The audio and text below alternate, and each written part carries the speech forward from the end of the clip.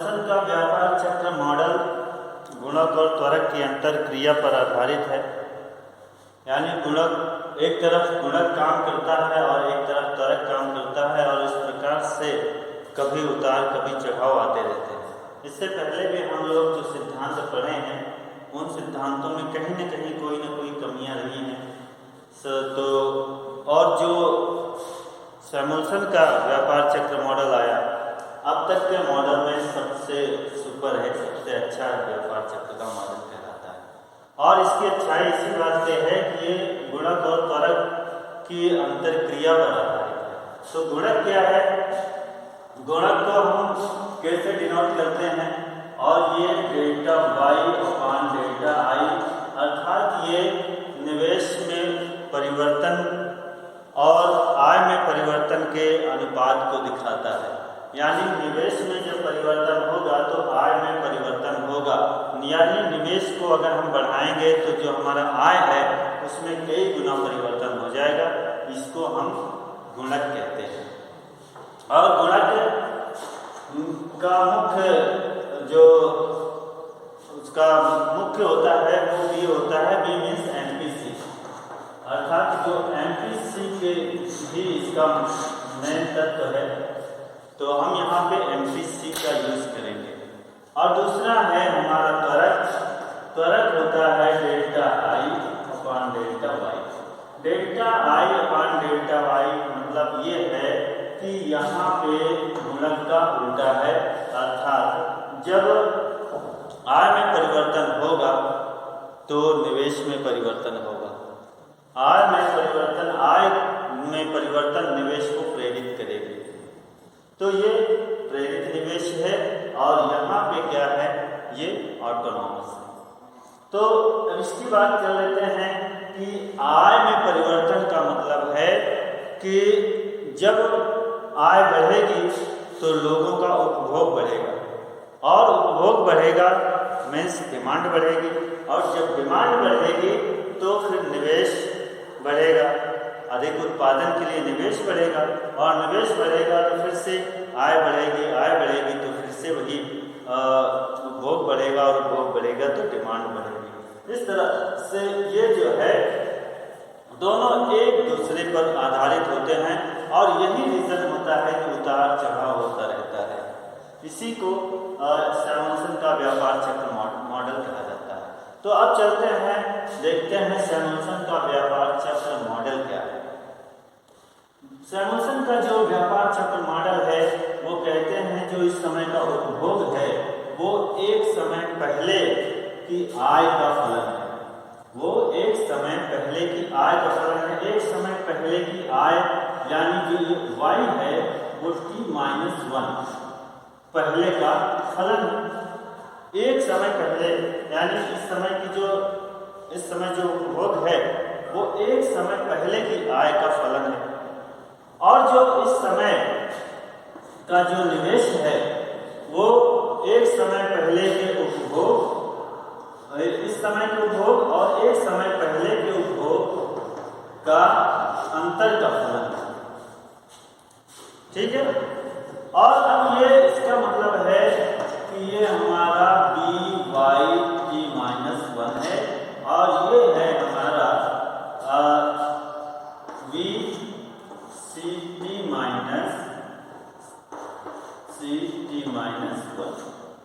ये है हमारा, अब ये समीकरण हमारा बन गया। और हमें पता है जो राष्ट्रीय आय होती है उसके 3 भाग होते हैं, C plus I plus G। अब इसमें चूंकि T की बात है तो हम इस समय की T की बात कर लेते हैं, T फॉर टाइम। ठीक है। अब इसका मान इसमें रख देते हैं। अब y = ct, ct की वैल्यू क्या है, b/t-1, b/t-1। और it की वैल्यू क्या है, प्लस it की वैल्यू है ct-1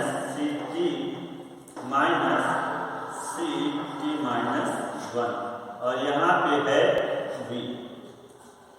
अब एक और देख लेते हैं, प्लस प्लस जी, ये जी तो है ही, equal to B Y T minus one, ये वाई टी माइनस वन वहीं पर है, plus V C T minus one, C T की वैल्यू फिर से रख देते हैं, तो सी टी की value Y T minus B Y T minus one minus B Y T minus one plus G T, ये माइनस वन यहाँ वाला था और T Y T minus one, ये इसकी value equal to B Y T minus one plus V, ये B को common ले लेते हैं तो बी यहाँ पे हो जाएगा Y T minus one minus और ये वाई माइनस टू हो गया प्लस जी, माइनस माइनस आपस में जुड़ गए तो आई टी माइनस टू हो गया equal to B Y T minus one plus B Y T minus one minus Y T minus two plus G T, ये हमारा एक समीकरण बन गया। बस अब इसमें इसको यहीं पर रोक दो, या जी टी अगर हम इसको पहले कर लें तो थोड़ा सा हो जाएगा B Y T minus one plus B Y T minus one minus Y T minus two. बस ये हमारे ये समीकरण दिया था सैमुअलसन ने। सैमुअलसन ने इसी समीकरण से अपने पूरे व्यापार चक्र मॉडल की व्याख्या की है। अब इसमें जी टी की वैल्यू हम 100 रख दें और उसके बाद बी और बी की अलग अलग वैल्यू रखते चले जाएं तो हम एक नया समीकरण बना लेंगे। तो बी की, अब बी क्या है यहाँ पे हमारा एमपीसी है यानी गुणक है, और वी क्या है त्वरक है। तो बी और बी इन दोनों के अंतर क्रिया से ये व्यापार चक्र में उतार चढ़ाव होता है, यानी अर्थव्यवस्था में उतार चढ़ाव होता है, जिसको हम व्यापार चक्र कहते हैं। तो अब देखो बी की जो वैल्यू होती है वो होती है 0 से 1 के बीच में, और जो भी होता है उसकी वैल्यू 0 से लेके अनंत तक हो सकती है, 0 से अधिक कोई भी वैल्यू हो सकती है। लेकिन जो बी की वैल्यू होती है यानी सीमांत उपभोग प्रवृत्ति की वैल्यू होती है वो 0 से 1 के बीच में होती है। ठीक है, अब यही वैल्यू जो है हम रखते चले जाएंगे और हमें पूरा व्यापार चक्र पूरी तरह से हमें मिल जाएगा। और जो बी है इन दोनों के मान बदल बदल के रखते हैं। जब मान बदल बदल के रखेंगे तभी हमारा व्यापार चक्र में उतार चढ़ाव का पता चलेगा। तो पहले पे हमने b इक्वल टू 0.5 मान लिया है। ऐसे साइड बना लेते हैं एक पूरी, जो आय है हमारी, जो आय में परिवर्तन है, हमारा सूत्र क्या था Y T equal to G T plus B Y T minus one plus B Y T minus one minus Y T minus two. तो एक हम काल्पनिक बना लेते हैं।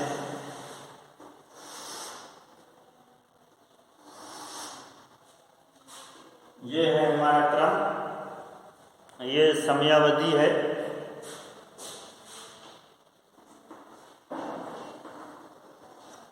टाइम है और इस पर हमने वैल्यू मान लिया है b इक्वल टू 0.5 और v इक्वल टू 0, और यहाँ पे b इक्वल टू 0.5 और v इक्वल टू 2, और यहाँ पे b इक्वल टू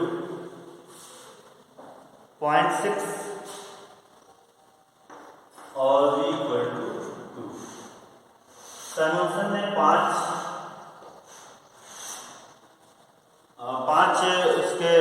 स्टेप बताए हैं, तो हमारा 1 2 3 4, तो यहाँ पे b इक्वल टू ले लीजिए, क्योंकि एक से ज़्यादा तो हम ले नहीं सकते,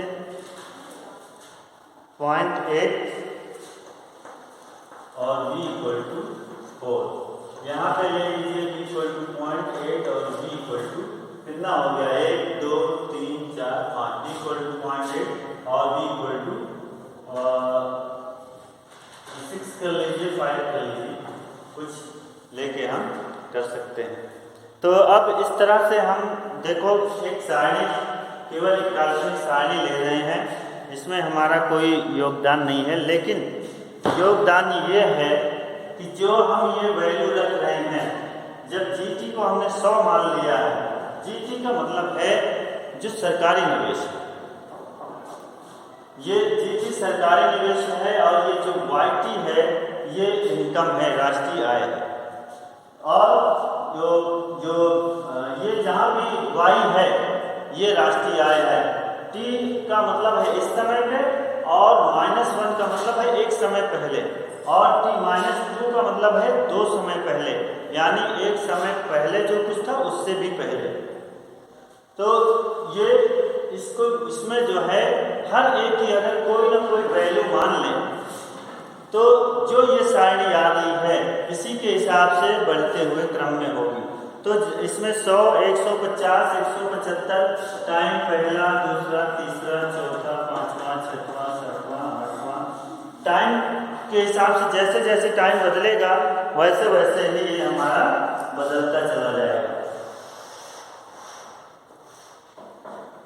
तो b जब 0.5 रखेंगे और b 0 रखेंगे, तो वह ये इसके बाद तो सारा का सारा 0 हो जाएगा, केवल बचेगा तो 100 बचेगा, क्योंकि b 0 है, तो जब b 0 हो जाएगा तो सब 0 हो जाएगा, या बढ़ोतरी होगी तो बहुत थोड़ी सी बढ़ोतरी होगी।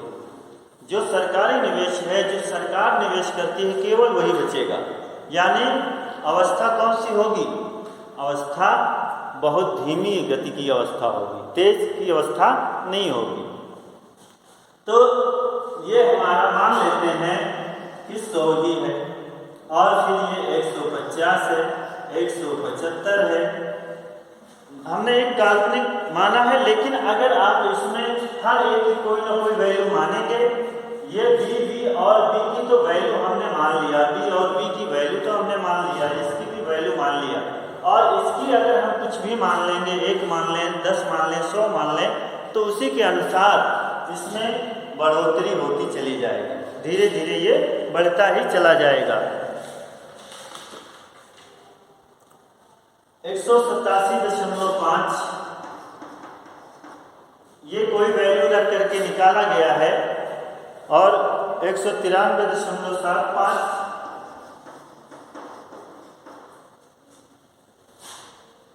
196.89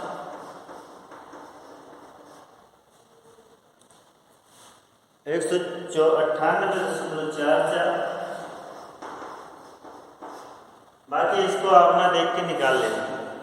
b equal to 0.5, b equal to 2, तो यहाँ पे जो वैल्यू है 100 250 पहले में तो लगभग सबकी वही रहेगी, 100 250, लेकिन अब हमारा देखो 0.5 है, और b जो है एक्सीलरेटर 2 हो गया।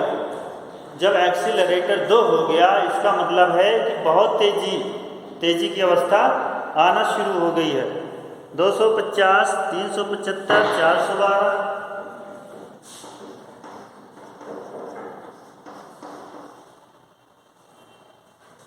343, 203,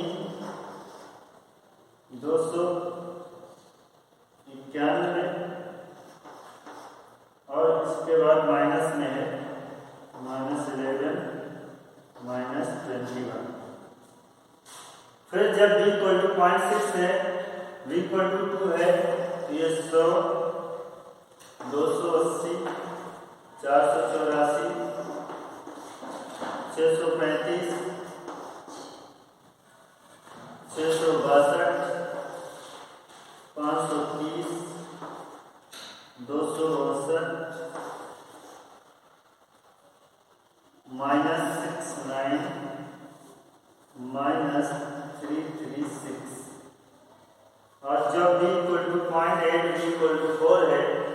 तो इस समय है 100, 500,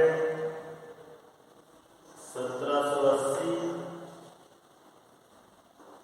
5620, 16,984, और ये जो है लगातार बढ़ता ही जा रहा है। देख के इसको लिख लेना।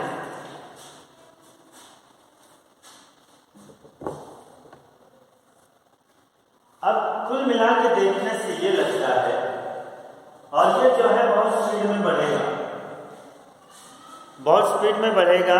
पांचवा है तो 0.8 v = 4, v = 0, 1, 2, 3, 4।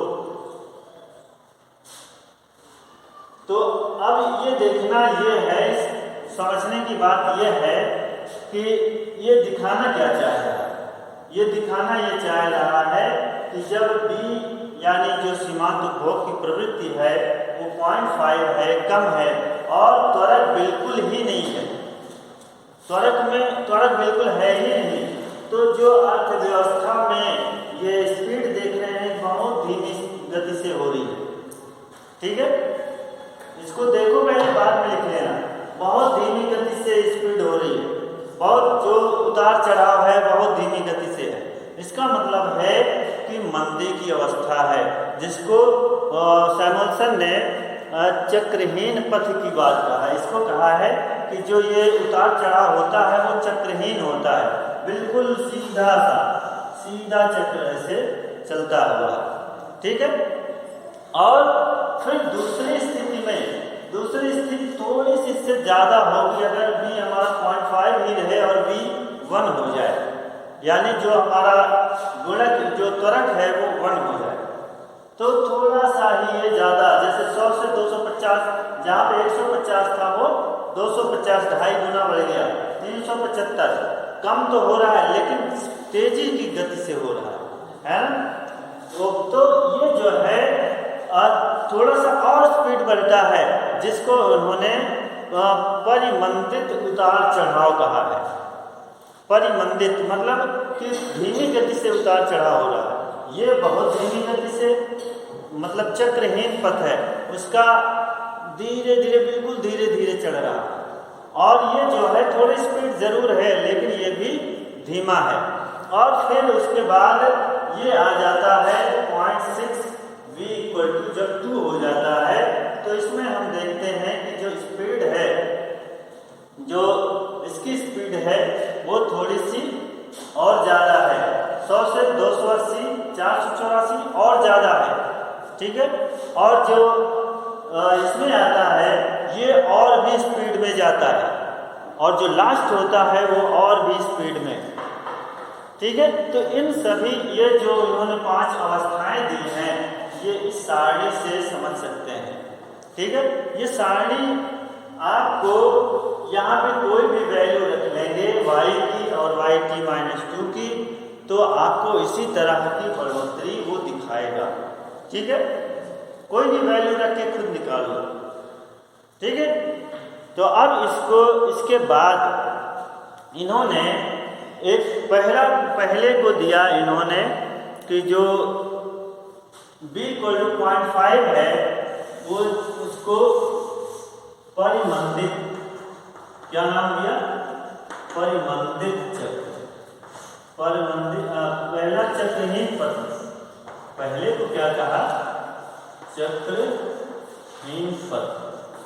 जो उतार चढ़ाव होता है उसको उन्होंने बताया ये जो टाइम है, ये इसमें जो उतार चढ़ाव की प्रक्रिया होती है बिल्कुल चक्रहीन पथ से, यानी ये हमारा बहुत धीरे धीरे आगे बढ़ता है।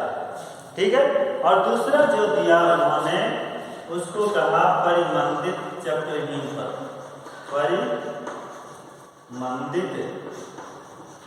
चक्रहीन पथ या परिमंदित पथ।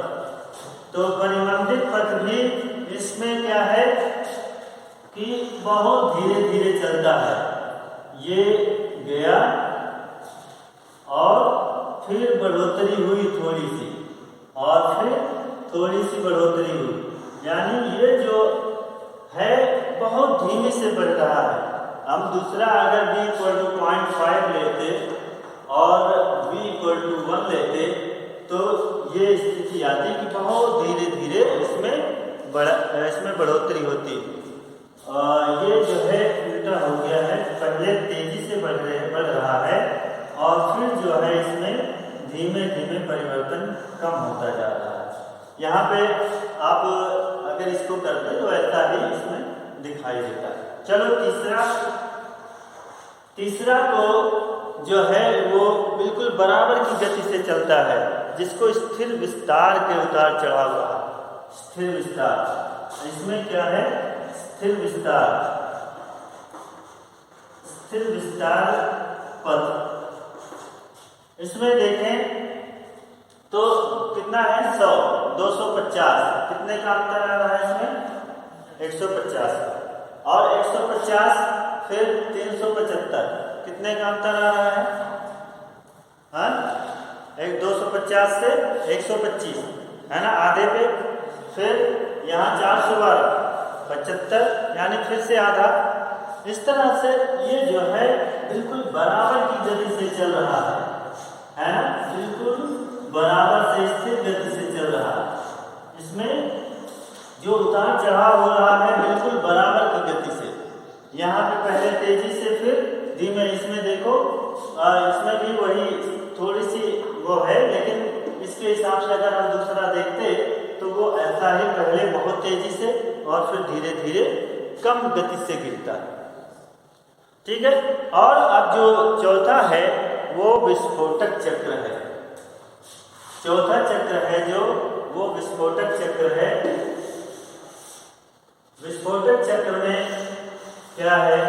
ये जो है पहले धीमी गति से और फिर बहुत तेजी गति से ये बढ़ता चला जाता है। इसके जो ये दूरी होती है वो लगातार बढ़ती चली जाती है।